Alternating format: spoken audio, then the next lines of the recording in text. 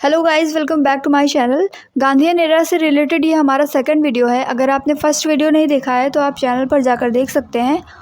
और यहाँ पर आज हम डिस्कस करेंगे टॉप 20 क्वेश्चंस जो गांधीयन एरा से रिलेटेड होंगे। और इन क्वेश्चंस के डिस्कशन के बाद आपको most of the part cover हो जाएगा जो कि मॉडर्न इंडिया से रिलेटेड होगा। सो वीडियो में लास्ट तक बने रहिएगा। आइए स्टार्ट करते हैं। फर्स्ट क्वेश्चन इज, स्वतंत्र भारत के प्रथम महाराज्यपाल गवर्नर जनरल कौन थे? लॉर्ड इटली, लॉर्ड माउंटबेटन, सी राजगोपालाचारी या फिर राजेंद्र प्रसाद?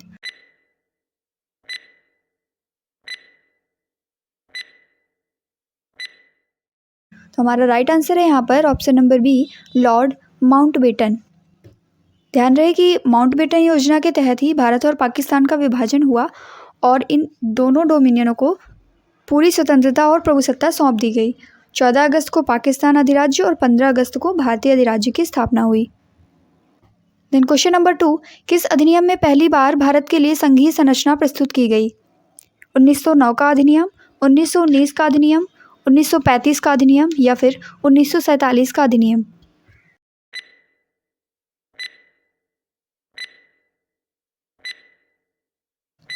तो ध्यान रहे कि भारत के लिए संघीय संरचना सबसे पहले 1935 के अधिनियम में प्रेजेंट की गई। तो यहाँ पर हमारा राइट आंसर हो जाएगा ऑप्शन नंबर सी। आगे बढ़ते हैं। क्वेश्चन नंबर 3, काकोरी ट्रेन डकैती के कांड के नायक कौन थे? रामप्रसाद बिस्मिल, भगत सिंह, बटुकेश्वर दत्त या बरकतुल्ला?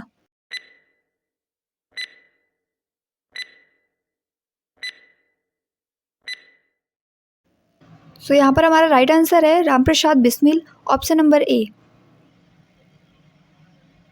देन क्वेश्चन नंबर 4, 1919 के अधिनियम में द्वैत शासन यानी कि डायर की धारणा को जिस व्यक्ति ने परिचित कराया ये कौन थे? मॉन्टेग्यू, तेज बहादुर सप्रू, मिंटो या फिर चेम्सफोर्ड?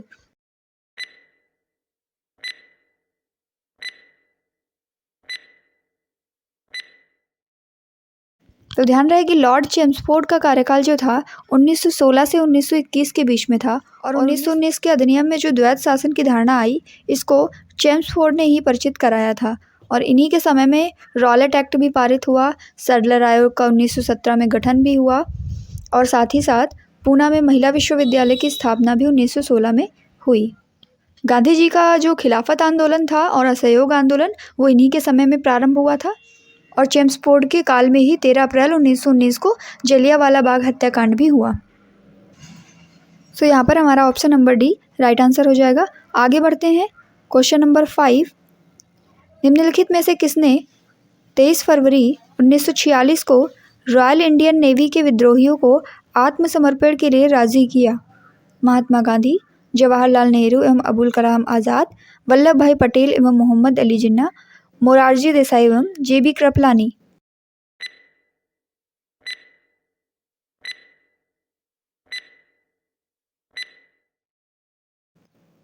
तो हमारा यहाँ पर राइट आंसर है वल्लभ भाई पटेल एवं मोहम्मद अली जिन्ना।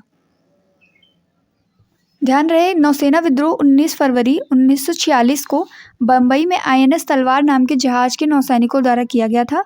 5000 सैनिकों ने आज़ाद हिंद फौज के बिल्ले लगाए और इन्होंने भी बराबरी की मांग की। बराबरी की मांग इस तरीके से थी कि भारतीय और अंग्रेज सैनिकों में बराबरी का व्यवहार किया जाए। फिर 23 फरवरी 1946 को नौसेना के विद्रोहियों ने सरदार पटेल के दबाव में आकर आत्मसमर्पण कर दिया था। तो यहाँ पर हमारा ऑप्शन सी राइट आंसर है। आगे बढ़ते हैं। क्वेश्चन नंबर 6, 20 सितंबर 1932 को यरवदा जेल में महात्मा गांधी ने आमरण अनशन किसके विरोध में किया? सत्याग्रहियों पर ब्रिटिश दमन के विरुद्ध, गांधी इरविन पैक्ट के उल्लंघन के विरुद्ध या फिर रैमसे मैकडोनाल्ड की सांप्रदायिक पंचाट के विरुद्ध?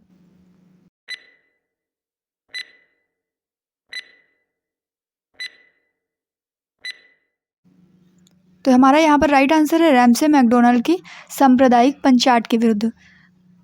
16 अगस्त 1932 में रैमजे मैकडोनाल्ड जो थे, उन्होंने सांप्रदायिक पंचायत की घोषणा की यानी कि कम्युनल अवार्ड इसकी घोषणा कर दी, जिसके अनुसार क्या था कि दलितों को हिंदुओं से अलग मानकर उन्हें अलग प्रतिनिधित्व देने को कहा गया और दलित वर्गों के लिए अलग निर्वाचन मंडल का प्रावधान किया गया। इससे गांधी जी बहुत दुखी हुए और इन्होंने इसको हटाने के लिए आमरण अनशन प्रारंभ कर दिया और लास्ट में एक समझौता हुआ जिसे हम पूना पैक्ट, पूना समझौता के नाम से जानते हैं, जिसमें दलित वर्गों के लिए साधारण वर्गों में ही सीटों का आरक्षण किया गया। और ये पूना पैक्ट जो है 24 सितंबर 1932 को हुआ। सो यहाँ पर इस क्वेश्चन का राइट आंसर हमारा क्या हो जाएगा, रैमजे मैकडोनाल्ड के सांप्रदायिक पंचायत के विरुद्ध गांधी जी ने यरवदा जेल में आमरण अनशन किया था। देन क्वेश्चन नंबर 7 इज 1939 में पहली बार महात्मा गांधी ने देसी राज्य में नियंत्रित जनसंघर्ष चलाने की विशेष तकनीक को अपनाया। उन्होंने अपने एक निकट सहयोगी को सत्याग्रह करने की इजाज़त दी।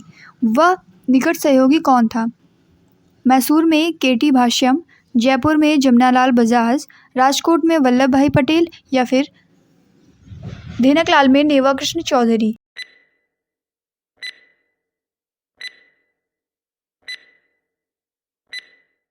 तो यहाँ पर हमारा राइट आंसर है राजकोट में वल्लभ भाई पटेल। वल्लभ भाई पटेल जी को गांधी जी ने सत्याग्रह करने की इजाज़त दी थी। देन क्वेश्चन नंबर 8, निम्नांकित आंदोलनों में किसमें महात्मा गांधी ने भूख हड़ताल को एक हथियार के रूप में पहली बार प्रयोग किया? 1920-22 का असहयोग आंदोलन, 1919 का रॉलेट सत्याग्रह, 1918 का अहमदाबाद मिल मजदूर हड़ताल या फिर बारडोली सत्याग्रह।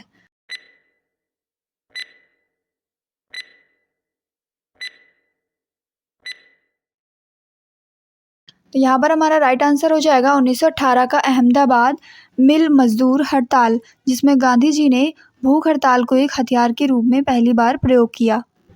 1918 में ही महात्मा गांधी जी ने अहमदाबाद में टेक्सटाइल्स लेबर एसोसिएशन की स्थापना भी की थी और ये उस समय की सबसे बड़ी ट्रेड यूनियन थी। यहीं पर गांधी जी ने ट्रस्टीशिप का सिद्धांत भी दिया, जिसमें उन्होंने बताया कि पूंजीपति मजदूरों के हितों की रक्षा करने वाले ट्रस्टी होते हैं। और मज़दूरों के समर्थन में ही गांधी जी ने पहली बार भूख हड़ताल की थी, जो अहमदाबाद के मिल मज़दूरों के समर्थन में थी। जलियांवाला बाग में गोली चलाने का आदेश किसने दिया था? Lord Simon, Rowlatt, R.E.H. Dyer या फिर Curzon वायली।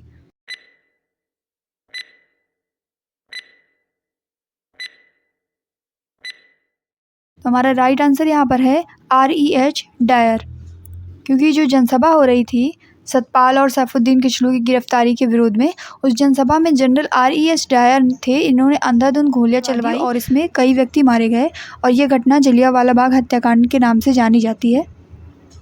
Next question is Mahatma Gandhi को सर्वप्रथम राष्ट्रपिता किसने कहा था? वल्लभ भाई पटेल, सी राजगोपालाचारी, सुभाष चंद्र बोस या फिर जवाहरलाल नेहरू।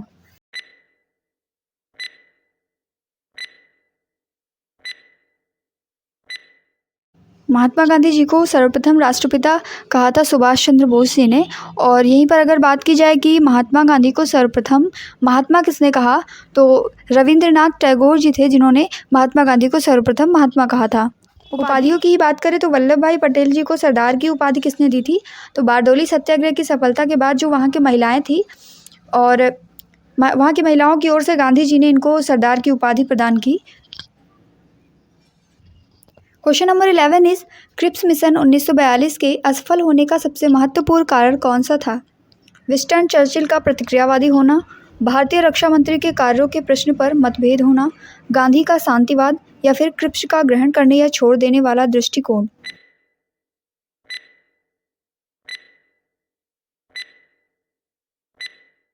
अगर बात करते हैं क्रिप्स मिशन की, तो क्रिप्स मिशन जो है मार्च 1942 में भारत आया।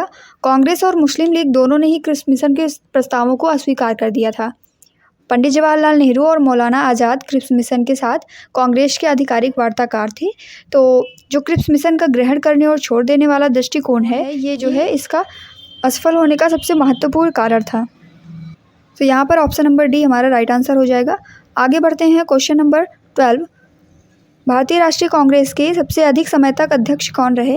अबुल कलाम आज़ाद, दादा भाई नौरोजी, WC बनर्जी या फिर वल्लभ भाई पटेल।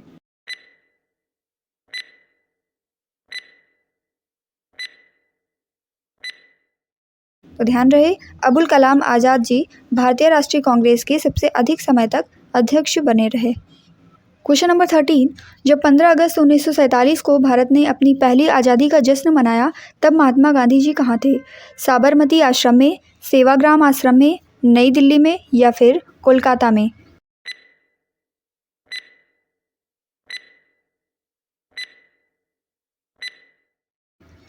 तो ध्यान रहे कि जब आज़ादी का जश्न मनाया जा रहा था तब महात्मा गांधी जी कोलकाता में थे। क्वेश्चन नंबर 14 इज भारत एवं पाकिस्तान का विभाजन किस योजना के तहत हुआ था? माउंटबेटन योजना, क्रिप्स योजना, चेम्सफोर्ड योजना या फिर वेवल योजना?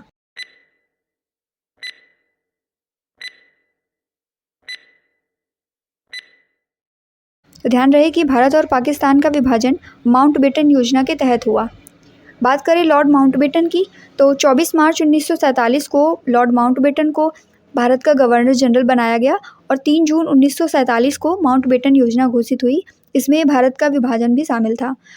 4 जुलाई 1947 को ब्रिटिश संसद में इटली द्वारा भारतीय स्वतंत्रता विधेयक प्रस्तुत किया गया, जिसे 18 जुलाई को स्वीकृति मिली और विधेयक के अनुसार भारत और पाकिस्तान 2 स्वतंत्र राष्ट्रों की घोषणा भी कर दी गई, जिसके तहत 15 अगस्त 1947 को भारत स्वतंत्र हुआ। और इस प्रकार स्वतंत्र भारत के प्रथम गवर्नर जनरल की बात की जाए तो वो भी लॉर्ड माउंटबेटन ही बने। Question number 15 is Mahatma Gandhi की हत्या कब हुई थी? 30 जनवरी 1947, 30 जनवरी 1948, 30 जनवरी 1946 या फिर 30 जनवरी 1949?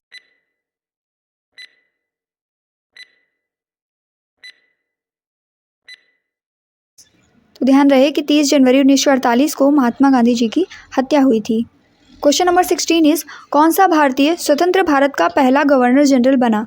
राजेंद्र प्रसाद, सरदार पटेल, सी राजगोपालाचारी, बी.आर. अम्बेडकर?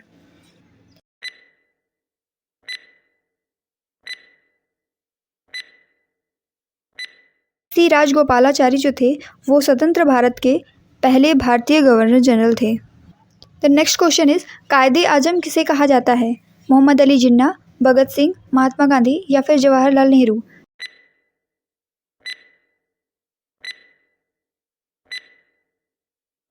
तो ध्यान रहे कि मोहम्मद अली जिन्ना को कायदे आजम की उपाधि दी गई थी। क्वेश्चन नंबर 18 किसने कहा मध्य रात्रि के टकोर पर जब संसार सोता है भारत अपने जीवन व स्वतंत्रता के लिए जाग उठेगा? महात्मा गांधी, जवाहरलाल नेहरू, सी राजगोपालाचारी या फिर Rajendra Prasad?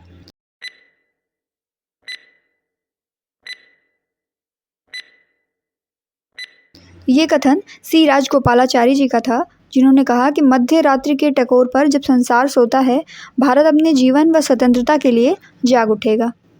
Question number 19 who lives if India dies? ये किसकी उक्ति है? महात्मा गांधी, राजेंद्र प्रसाद, जवाहरलाल नेहरू या इनमें से कोई नहीं?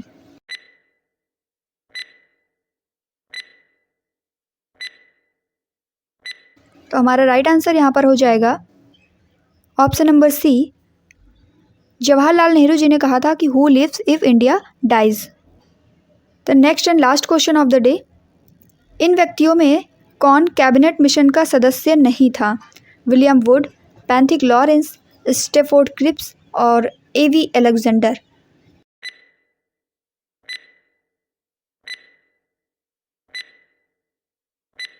यूपीपीसीएस 2015 में पूछा गया क्वेश्चन है ये। तो ध्यान रहे कि विलियम वुड जो थे वो कैबिनेट मिशन के सदस्य नहीं थे, बाकी ये 3 पैंथिक लॉरेंस, स्टेफोर्ड क्रिप्स और ए.वी. अलेक्जेंडर ये तीनों कैबिनेट मिशन के सदस्य थे। तो यहाँ पर हमारा राइट आंसर हो जाएगा option number A, William would. तो एग्ज़ाम ओरिएंटेड ऐसे ही इंपॉर्टेंट वीडियोस के लिए हमारे यूट्यूब चैनल को सब्सक्राइब करें और बेल आइकन को भी प्रेस करें ताकि टाइम टू टाइम आपको वीडियोस अपडेट मिलती रहें। Thank you.